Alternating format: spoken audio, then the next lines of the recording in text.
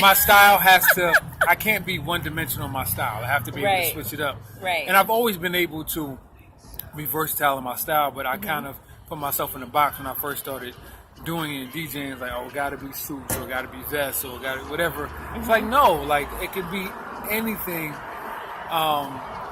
that I guess is quote unquote chic, or like it has some swag to it, whatever. So yeah, so the V-necks are a huge part of it, especially being out here in Vegas. So yeah, I got you. Yeah. So now, you said that you're from New York, and so I'm assuming that's where you get your huge following from. I mean, that's the bulk of my followings on the East Coast. I mean, because I spent most of my career out there. I mean, but the cool thing is that the more you do it and the older you get, your following is kind of everywhere. Now, the bulk of my following, yes, is on the East Coast, but I have a really nice following in LA, in Cali. Okay. Continue to develop my following here. Vegas is hard to develop a following because nobody's really here. Yeah, everybody comes and Yeah, goes. it's a transit. Everybody's here. Right. So usually your following comes to see you here, which I have. Like I have a lot of people that travel and come out here. They know I'm out here, so they come in to check me when they come out here. Right. So I have that. But I mean, I got people overseas and all of that. But it's just, I've been in it long enough. I've done it enough. I've been in enough places where I gain fans like everywhere I go. And then, they're my following. And clearly, they're not going to be as huge. Like if I've only been to this city once, I'm not going to have a huge following in that city. Whoever was at that party, that's all I got. Until I start to frequent there, or my name becomes bigger. But being in Vegas helps out a lot because everybody comes here. Right. So then, I have fans in Germany, and I have fans in Belgium, and I have fans in Amsterdam, and I have fans, all over. But it's a process. Right. Okay, so this is going to be my last question. I just want to ask you real fast. So we all know that DJ Khaled is like one of the most top executive producers, DJs, topping right now. Do you see yourself ever getting to that level, or going to be up and beyond that? As far as like notoriety? Yeah. Oh yeah, I look way past him. He's not even like he's big. No disrespect to Khaled. Like Khaled, I get what you're saying.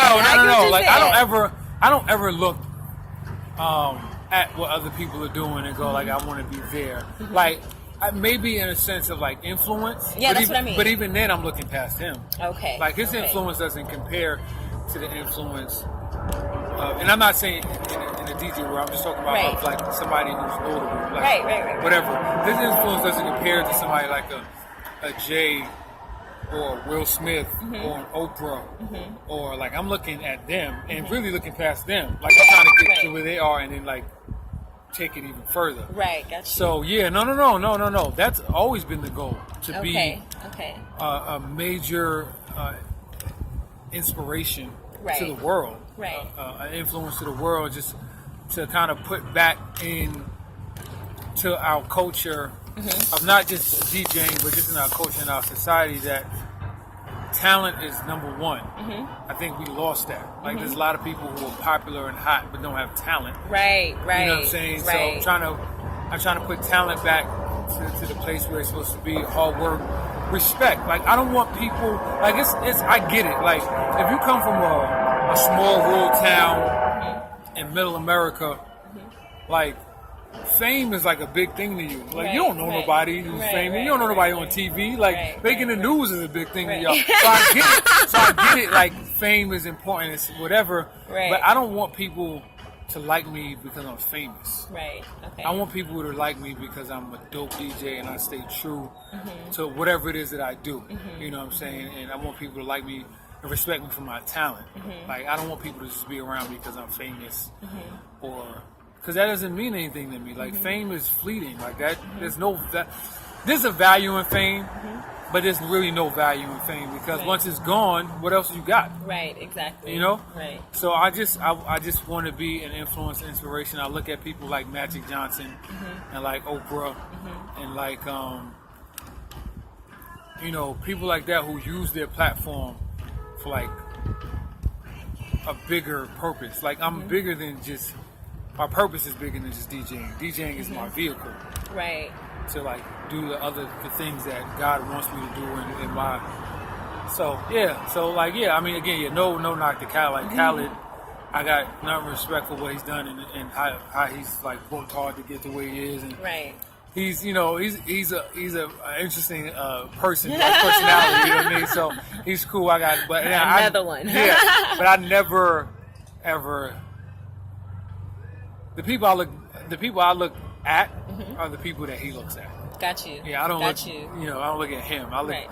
It's the people that he looks at. Got you. Know you. What I'm saying? I understand. Yeah. I understand. You know, I want to say this before we close out. I really like what you just said about how DJing is. You know, it's a part of the plan. Yeah. To get to your purpose. Right. And what I like about that is when I was researching you, one of the things that I read is that you said with your music you like to incorporate good energy because there's different type of energy that you put out with the music. When I read that, I was like, oh man. It's energy. Like, I mean, I can talk about this for days, and it's kind of like sometimes I feel like I'm alone in the world and how I feel about me being a DJ and my purpose of being a DJ and our responsibility. But like, music is a spiritual thing. Yes. Right? Yes. There's a lot of energy in music. Yes. Which is why in conversation when you want to talk about music, like how I can sit here and be like, yeah, I'm not really a fan of this. It's not even just the fact because maybe I think this person isn't talented, but of the energy that I was put in it. Like I think you should only create when you're inspired. Right. Like if you're creating just for the sake of creating, then your work is not going to be good because there's no real energy in that. Right. Like you have to have like a real genuine energy. And I'm not saying all the energy has to be good or it's going to be like on some high moral fiber. Like there's this energy. The energy that's in that music, people are going to feed off of that. Yeah. So like MOP Annie Up is a really aggressive, angry song that got banned in New York because a lot of people were getting robbed and whatever. I mean, but the song is amazing, but it's because of the energy that they put in it, the energy that came from inside of them. So as a DJ, we have an energy that we have to mix with that music, the energy of the music, to give to the people. And to say that is to say, if I play, let's say I play.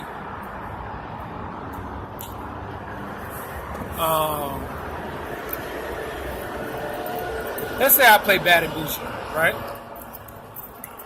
I'm going to get a different reaction. I'm going to get a different reaction from the crowd than another DJ that plays Bad and Bougie. Because of the energy that I put into how I play the music. You feel me? Yeah, I understand. So that's what I'm saying. Like, there's an energy that we have to put into that we're going to mix up with the energy that the music already has. And because of that, I mean, to be honest, not until I got to Vegas and in one particular spot, I don't want to hate on the spot and like get it bad press or whatever. Up until I got to Vegas and I was at that spot, I never had one fight at any party I DJ. Oh, wow. And it's not like I was playing any less aggressive music than anybody else, but it's the energy that I put into it and how I bring it to you that kind of like allows you to appreciate the music for what it is without allowing it to encourage like just bad behavior or whatever. No, I totally understand because when I came to the beauty bar this past Wednesday, I was all in my emotions and stuff like that, you know what I'm saying? And I was just like, okay, you know, I'm gonna just let go and I'm gonna just dance, you know. And then when you start playing all them jams, I was like, yeah, and I started feeling good and stuff, you know what I'm saying? I was like, yeah. But I totally get what you're saying because so I love all music. I love all music. So one of the artists that I became fascinated with was Future. Okay, and so when he had that song when he first came out was Turn on the Lights, I was like, man, I love this, you know what I'm saying? He talking about the girls, even though she might be from the street, you know what I'm saying? Like, I'm loving it, right? And then I get Molly Percocet. Right. Then I get Rich Sex. You know what I'm saying? And I'm not gonna lie, when I'm listening to his music, like I really listen to everything that he's saying. When I'm listening to his music, it takes me to a whole nother energy. You know what I'm saying? Right. That goes from turn on the lights, I'm looking forward to, you know what I'm saying, Molly Percocets. And I'm Right. just like, wait a minute, I ain't trying to be on drugs. Right. Nah, I mean, I get what you're saying. Yeah, it's crazy. Like, I mean, just talking about hip hop, just on the subject of like hip hop, like it's in like people are depressed, man. Like, Yeah. To make a song like that, like you got to be depressed, or you got to be like supporting depression, because it's like we went from a culture being like anti-drugs, even though most of the people who were in the culture were either drug dealers or gang members at some point, but they looked at hip hop as a way out, and they didn't want to promote that. So we went from like love and unity and peace and having fun and staying away from drugs to being like the drug dealers, which is kind of like, hey, like these cats, they just want to tell their truth and just boom. But we never was drug users and abusers. That just wasn't us. Yeah. Like to see that that's the common thread now, that's kind of depressing. Like really. Yeah. Like this, and not just like drug. Like we always smoke weed. But Right, like, right. We talking about like really like depressing kind of things now, and that's kind of like the energy is kind of like I don't really. So when as a DJ, like I'm a customer service representative. That's what I do. I'm here to serve the people. So at the end of the day, whether I like a song or not, if I'm hired to do a job, you know what I'm saying. And it's not my, like if it's me throwing a party, I'm play what I want because it's my party. But if I'm hired to do a job, I have to play what the people want. Right. And I get that. So what I try to do as best as possible is put as much positive energy in the midst of that depression. So like if this whole like the big like key term now, everything is like the vibe. Yeah. So if I can kind of help like create this vibe where like you can bounce because the beat is dope and whatever, but you're not really kind of allow that spirit of like depression to get caught up in you. Yeah. Then that's cool. Then I've done my job. Yeah. So I made everybody happy. I played the record, but I kind of like steered you off the cliff. Right. Bit, Right. And I totally agree with you because there's this one song out right now. Was two of them. One is the guy saying like all my friends are dead, which is depressing as shit. Yeah, and then there's this other song. I believe Logic is the one who made it. That song, I just want to die or something like that. I don't know that song. I like Logic a lot. Has he made a depressing song? Yeah, it's a like song. A very uplifting kind of guy, I think it's Logic. He made this song. I might be wrong though, but there's this song out. And he's saying like I just want to die in the beginning, and then towards the end of the song he starts to say I don't want to die anymore, I want to live. Like I get what you're saying, and I agree with you on now today's generation in music it is depressing. You know what I'm saying? I've never ever seen so many young suicides. It's like really like people are messed up, man, in the streets, and we got to figure out why. Because to be honest, like the hood has always been the hood. Yeah. Like the ghetto's always been the ghetto. We all came up in it. Like, and to be honest, I feel like things were way worse when I was coming up than it is now. I just feel like people might be like so obsessed or enthralled with this like idea of being poor and broke and being black and being in the ghetto. Yeah. That like this is like, and it's like nah, like dude, like that shit was hell when we were growing up, and we didn't. Like, and we made it out, and so it's weird. Like I don't know. I want to find answers because I don't want them to stay this way. I want them to continue to make music, but I want them to be in a better place. You know what I'm saying? And not saying that everything got to be positive, because everything's not got to be positive. Like I said, everything's not going to be in a moral fiber. Right. Like I grew up on some really hard, disrespectful music. Yeah. You know what I'm saying? But we weren't like engulfed in this like state of depression. Like we wasn't walking around with this black cloud. Right. Like we were trying to like get out of that. We were just telling our truths, trying to get out of it. And I feel like I don't want to say that they're not telling their truths, but we need to like shit got worse. It didn't get better. Go a different direction. Yeah. And I feel you on that because like I'm a writer. You know what I'm saying? So my first book, it's a memoir.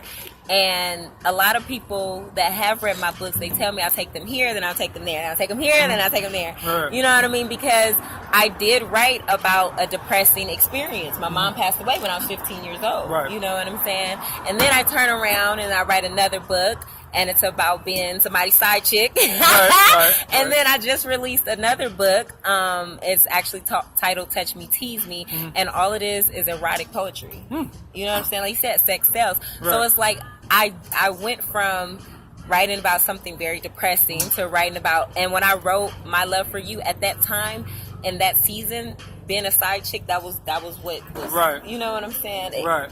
Glorified, right. so to speak. And then like Touch Me, Tease Me, I'm not gonna lie, it was inspired by the song. Case? Yeah. Yes. Shout out to Case. Shout out to Case. No, you know what I'm saying? I feel you. No, I feel you. I think what's cool about that is that you're talking about your involvement as an individual, and right. just, you know, and I think that's the biggest thing that's missing in music is diversity. Like right. I wouldn't mind Molly Percocet so much if there was a balance. Right. And, you know. Right.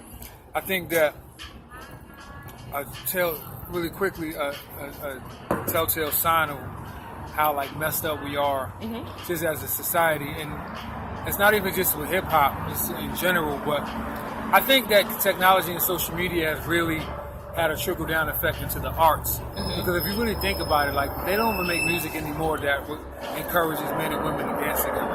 Right. They don't make music anymore that encourages them to engage with each other. Right. So like, again, it's not about moral fiber, it's about a vibe. Right. And like R. Kelly is clearly like a really fucked up individual. Right. However, this dude made music that made men and women want to engage and get in rap with each other, Step right? in the name like of love. you had to like know how to talk to each other, but like you think about it, like men and women, especially of the younger generation, you're talking about like I want to say like 16 to maybe like 25, like a majority of their life coming up has been very like shorthand in how they communicate with each other. So like if you trying to get at a chick and the first thing you do is send dick pics, right? Or you're saying, or every time, or your idea of courting is like texting somebody or jumping in somebody's DM saying WYD, right, or WYA, or send me some news or whatever. I can't expect you to write a song that's gonna romance, and not in a love way. No, I got but you. even if you trying to just be a jump off, or you know, friends with benefits, like you can't even write a song that's gonna romance that situation. Like, so it's not, you can't create that if you don't know how to just do the basic level of communication between a man and a woman. So like a lot of this stuff, nothing is mutually exclusive. Like the stuff that we're seeing in music, a lot of it has been influenced by just our everyday ability or lack thereof to communicate with each other. Right. So we about to close out. I have absolutely enjoyed this interview. Thank you. No, thank you. Thank you. So is there anything that you would like for the people to know, you know, your followers, anything that you got coming up, any, you know, positive affirmations you want to leave?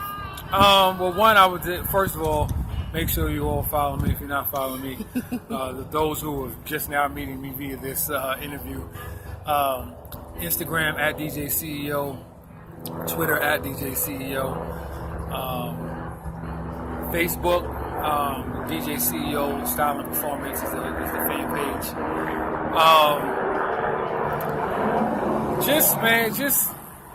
I just encourage people. Oh, also, sorry. Download the mobile app. I have a mobile app on iTunes and Google Play. It's being updated brand-wise, but it's still very active, so make sure you download that. What I was going to say is I just encourage people to do things for the right reasons, man. Don't become a DJ because you think you get chicks or get money, or that shit is whack. Because I'm not rooting for you if that's what you're doing. Like, I really hope you fail miserably. Like, you know what I'm saying? Like, do things for the right reasons. If you want to make music, make music because you're inspired and you feel like you have a voice and you have something to say. Don't do it because it'll make you cool to your friends and you're just trying to get that bag. Because we don't need no more than we got 1 million of those people out there doing that, and that's corny. Like, the people who are in the arts should be in the arts because they're inspired. Like, find something else to do. If you want to be in the music industry and you want to get that bag, become an executive. Create a way for a real artist to make money and get money with that individual. Don't come in here because I'm not a fan. I'm telling you straight up, wholeheartedly, I'm not supporting you at all. Like, I'm not here for you. I'm here for the people who do things for the right reasons. Everybody doesn't deserve to be a rapper or deserve to be a DJ. You can try. Everybody got a right to try, but you don't deserve to be a part of this fraternity, if you will, of talented people who, you know, who really have a skill and really do it for the right reasons. Like, you can find something else to do. Like Big said, UPS is hiring. You know what I mean? Do something else. You can get money other ways. Like, being famous is not cool. Right. It's not. Right. That's it. That's it. All right. Well, thank you again. Thank you again. And as you guys heard him, go ahead and follow him, DJ CEO. That's on Instagram, Twitter. Instagram, Twitter, Facebook. DJ CEO Style and Performance. So, all right, y'all. I'm a holla. And peace. Peace.